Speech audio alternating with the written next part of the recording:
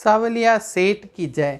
मित्रों, आज का उपाय, जब आपको बहुत सारी समस्याएं आ रही हो, वह उपाय जो बिल्कुल ब्रह्मास्त्र के जैसा लगता हो, इस प्रकार का आपको आज का मैं उपाय लेके आऊँ। मैं आचार्य मनोज त्रिवेदी आपको अपने YouTube चैनल पे आपका स्वागत करता हूँ। ईश्वर से प्रार्थना करता हूँ कि आप स्वस्थ होंगे, मस्त होंगे और प्रसन्न रहना, खुश रहना बहुत ज़रूरी है, इसलिए खुश जरूर रहें। तो मित्रों, आज जो उपाय बता रहे हैं वो मंत्रों के माध्यम से है, मंत्र है, लेकिन वो इतना ज़बरदस्त है कि आप वो जानते होंगे, लेकिन सही तरीका ना पता हो, इसलिए वो फल ना करता हो। तो मैं आपको सही तरीका भी बताऊंगा। सबसे पहली चीज़ ये जान लें कि मंत्र कितने प्रकार के होते हैं। मंत्र एक होते हैं जो वैदिक हैं, लेकिन वैदिक मंत्रों को सिद्ध करना या उनसे कुछ प्राप्त करना थोड़ा कठिन होता है, क्योंकि उसके लिए पहले जाप है, फिर तर्पण है, फिर मार्जन है, फिर दशांश हवन है और समय बहुत लगता है। उसके साथ साथ आपका उच्चारण भी गलत हो सकता है, तो उस उच्चारण से भी उसके फल की प्राप्ति नहीं होती, इसलिए थोड़े से कठिन हो जाते हैं। या फिर योग्य गुरु जब आपको मिले तो इसका तर्पण कैसे करना है, प्रत्येक अक्षर का शुद्धिकरण कैसे करना है, इसका उच्चारण क्या है, ये जब सब आप डिटेल में जानेंगे ना, तब जाके आपको उस मंत्र का सही फल मिलेगा। फिर उस पर और एक समस्या आ जाती है कि ये मंत्र जो है ये कौन से तत्व का है। आपके तत्व से वो मैच करना चाहिए। आपकी कुंडली के वो भाग्य भाव में, कर्म भाव में, लग्नेश में पंचम भाव का स्वामी होना चाहिए, शत्रु भावों का स्वामी नहीं होना चाहिए वो मंत्र। तो ये सब बहुत डिटेल जानने के बाद ही कोई मंत्र की सिद्धि होती है और उसको प्राप्त किया जा सकता है। अगर इन मंत्रों को, वो मंत्र आपके छठे भाव का हुआ तो आप बीमार पड़ सकते हैं। अगर वो 12वें भाव का हुआ वो मंत्र तो आप का व्यय हो जाएगा, पैसा आएगा और इफरात खर्च होगा, जो जमा पैसा है उसको भी लेके चला जाएगा। तो इसलिए मंत्रों को बड़ा सोच समझ के करना चाहिए। फिर बीज मंत्र होते हैं, फिर एक होते हैं बीज मंत्र, यानी एक अक्षर वाले मंत्र होते हैं, लेकिन इन्हें भी श्रद्धा और विश्वास के साथ जपा जाए।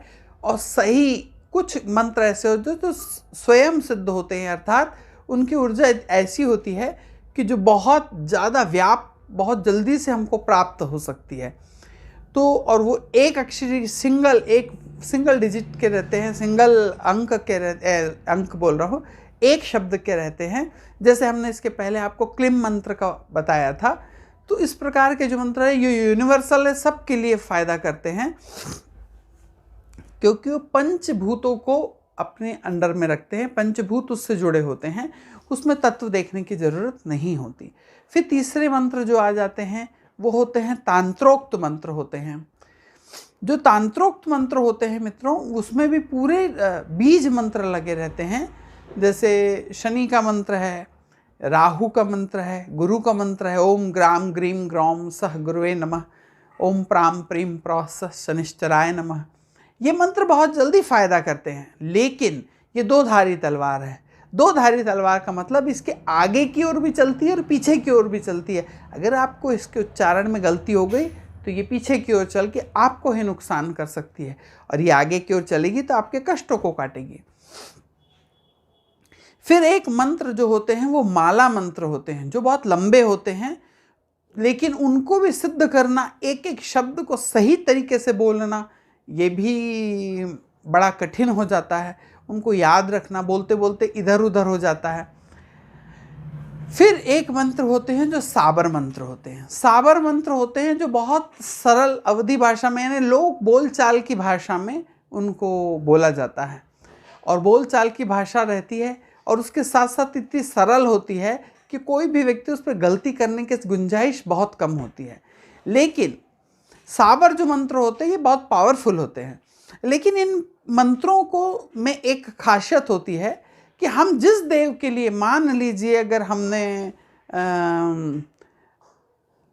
भंवरवीर के लिए अगर हमने वो मंत्र का जाप करा, तो वो उनके जो गुरु या उनके जो इष्ट हैं उनकी उसमें दुहाई होती है उनकी कसम होती है कि आपको इनकी कसम है और आप इस कार्य को सिद्ध करें, जल्दी से इसकी मेरे इस कार्य को पूरा करें।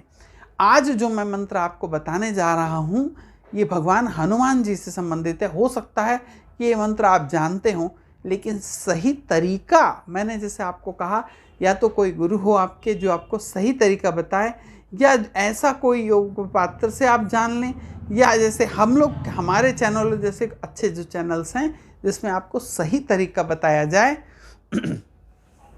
ये ना बताया जाए कि भैया बस आप उंगली में ऐसा रगड़ लो तो ये हो जाएगा।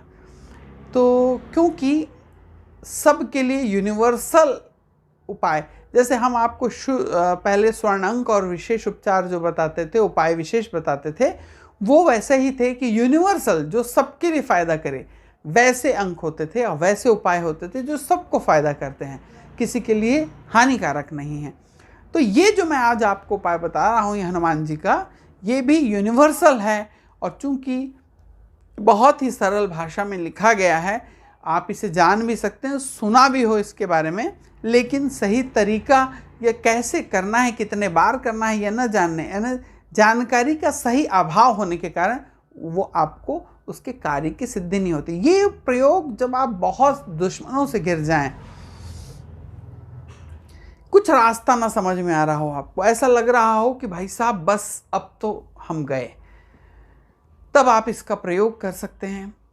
ऐसा हो सकता है कि जब आपको बहुत सारे शत्रुओं ने बहुत प्रकार से आपको समस्या क्रिएट करना चाहते हो, आप विजय प्राप्त करना चाहते हैं, तब जब ऐसा हो गया हो कि बिल्कुल अब बीमारी जा ही नहीं रही है, तब, या ऐसा हो कि हमारा व्यवसाय के लिए हम बहुत ज़्यादा प्रयास कर रहे हैं और तब भी वो ना जा पा रहा हो, तब कर सकते हैं हम। जब हमारे पति पत्नी के बीच में इतनी लड़ाई झगड़े हो कि हमारा डाइवर्स होने वाला हो, तब। ऐसा हो सकता है कि जिन्होंने बहुत प्रयास कर लिए, दवाएं कर ली, हर प्रकार के वैद्यों को दिखा लिया, बहुत प्रकार के उपाय के लिए, तब भी संतान की प्राप्ति ना हो रही हो, तब। तो इस प्रकार के जो उपाय हैं, ये ऐसी विषम परिस्थिति में करना चाहिए। दरअसल ये जो जैसे ब्रह्मास्त्र होता है जिसका कोई काट नहीं है, उसी प्रकार से है ये बजरंग बाण। मैंने आपको पहले ही कहा था, हो सकता है आप इसमें जानते हो, इसको आपने सुना हो, निश्चित सुना होगा, लेकिन इसका सही तरीका कि हमें कब करना चाहिए, कैसे करना चाहिए, ये हमें नहीं पता। तो मित्रों, बजरंग बाण का जब भी आप पाठ करते हैं तो एक घी का दिया जलाएं, और आप किस उद्देश्य से इस पाठ को कर रहे हैं, सबसे पहली चीज उद्देश्य, और एक लक्ष्य। नाम क्या है इसका? बजरंग बाण, जैसे राम बाण, यानी उसका कोई काट नहीं, बस चलेगा तो लक्ष्य को पाएगा ही पाएगा। तो इस प्रकार से बजरंग बाण है, और इसमें भी भगवान हनुमान जी को उनके इष्ट देव भगवान राम की शपथ है। 2 जगह उनको शपथ दी गई है, और शपथ राम की, इसमें पहली बार शपथ दी गई भगवान की राम की, फिर पीछे में आखिरी में इसमें दिया गया उठे उठे चलो तो हे राम दुहाई। तो मित्रों, इसमें 2 बार भगवान हनुमान जी को अपने इष्ट देव, अपने ईश्वर, अपने जिनकी वो आराधक है, उनकी शपथ दी गई है। इसलिए इसे साधारणतः ना लें। इस पाठ को जब भी कोई व्यक्ति करता है तो 43 दिन 43 डेज लगातार करना है। सबसे पहली चीज़ है ब्रह्मचर्य का पालन करना है, साफ सफाई का बहुत ध्यान रखना है, और गंदगी बिल्कुल पसंद नहीं है। और जब भी आप इसका पाठ करें तो कुछ मीठा, हो सके तो अनार का फल चढ़ाएं तो सर्वाधिक बेहतर है। और इस अनार का जो फल है चढ़ाने के बाद में बाहर बच्चों को, लड़कों को, लड़की कन्याओं या स्त्रियों को ना बांट के पुरुषों और लड़कों को इस प्रसाद को बांट दें तो ज़्यादा इसकी अच्छा रहता है, क्योंकि ये तेज है, मंगल है। भगवान हनुमान जी जो है मंगल मूर्ति हैं, और मंगल स्त्रियों के अंदर स्थिर नहीं रहता, पुरुषों के अंदर ये स्थिर होता है। तो इसलिए, और इसका सबसे अच्छा जो तरीका है कि इसे 7 पाठ करना चाहिए, रोज 7 पाठ करें, एक आसन में करें। ऐसा नहीं कि हमने एक सुबह कर लिया, एक दोपहर में कर लिया, 2-5 शाम को कर लिया, रात को 2-4 कर लिया, ऐसा नहीं।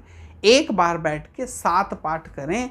घी का एक दिया जलाएं कि जब तक वो घी का दिया जलता रहे, और जब आप दिया जलाएं घी का, उसके अंदर 2 लौंग भी डाल दें, और थोड़ी सी उस लौंग के ऊपर में एक कपूर भी रख दें, कि आखिरी में जब वो दिया बढ़ने लग जाए तो लौंग और वो कपूर सब कुछ जल जाए टोटली। बीच में रख देंगे तो लौ अपने आप पकड़ लेगी, वो जलने लग जाता है। और मित्रों और इसके लिए कोई एक समय निश्चित कर लें। ऐसा नहीं कि बस अब आपको सुबह हम करेंगे भाई साहब, अब पता चला कि आप को ऑफिस जाना है तो ना ऐसा आप पढ़ रहे हैं। इस प्रकार ना पढ़ते हुए ठीक ढंग से पढ़ें और एक ही लक्ष्य को सामने रख के पढ़ें। 2-4 लक्ष्य एक साथ ना कहें, क्योंकि बाण है वो एक बाण चढ़ने से वो एक लक्ष्य को जल्दी भेज देता है, ना कि 10 लक्ष्य की ओर जाके भेदे उसको। तो एक लक्ष्य की ओर वो ज़्यादा जल्दी से पहुंच जाता है। इसलिए इस उपाय को करते हुए, इस बजरंग बाण का पाठ करते हुए एक ही लक्ष्य को, अगर आपको मान लीजिए अगर आप चाहते हैं कि आपको ऐसा पाठ कि आपके परिवार जो है, परिवार के अंदर कलह हो गई है, पति पत्नी के बीच में झगड़ा हो गया है और वो डाइवर्स की स्थिति हो गई, तो वो पाठ हनुमान जी का सामने ऐसी मूर्ति रखें जिसमें भगवान हनुमान जी अपना हृदय को चीरे हैं और उसके अंदर राम और सीता जी की मूर्ति दिख रही है, अंदर उनका विग्रह दिखता है। वैसी अगर हनुमान जी की फोटो की पूजा करेंगे तो निश्चित ही आपको शुभता मिलेगी और आपका जो ब्रेकअप है वो नहीं होगा। अगर आप चाहते हैं कि आपको अपने शत्रुओं पर विजयी हो तो वैसे हनुमान जी का पाठ करना चाहिए जो हाथ में एक ध्वज पकड़ के रखे हैं। जैसे आप देखते हैं देवी माता की जो फोटो कि जिसमें हनुमान जी पीछे ध्वज लेके चल रहे हैं, बटुक भैरव सामने चल रहे हैं, बीच में देवी दुर्गा हैं और हनुमान जी ध्वज लेके चल रहे हैं, वैसी वाली फोटो सामने रख के आपको हनुमान जी का पाठ 7 बार करना है 43 दिन तक। ब्रह्मचर्य का पालन करना है, साफ सफाई का पालन रखना है, रोज स्नान करके ही आपको करना है। साफ सफाई इसलिए हमने कह दिए। दूसरी चीज़ है मनसा वाचा कर्मण, मन वचन और कर्म तीनों से आपको शुद्धता रखनी है। खान पान में भी आपको शुद्धता रखनी है। इस समय में आपको खान पान की शुद्धता, किसी प्रकार का जो तामसिक भोजन है वो आपको नहीं करना है, शुद्ध रहना है। किसी प्रकार का नशा नहीं करना है। कई भाई हमारे तम्बाकू खाते हैं, सिगरेट पीते, ये सब बिल्कुल नहीं करना है, इसका ध्यान रखें। हनुमान जी जिनकी आप आराधना करने जा रहे हैं ये शुद्ध सात्विक है, शुद्ध ऊर्जा है, उसमें इस टाइप के मिलावट वाली कोई चीज़ चलेगी नहीं। तो इसलिए आप शुद्ध ऊर्जा का इस्तेमाल कर रहे हैं तो शुद्धता बहुत ज़रूरी है।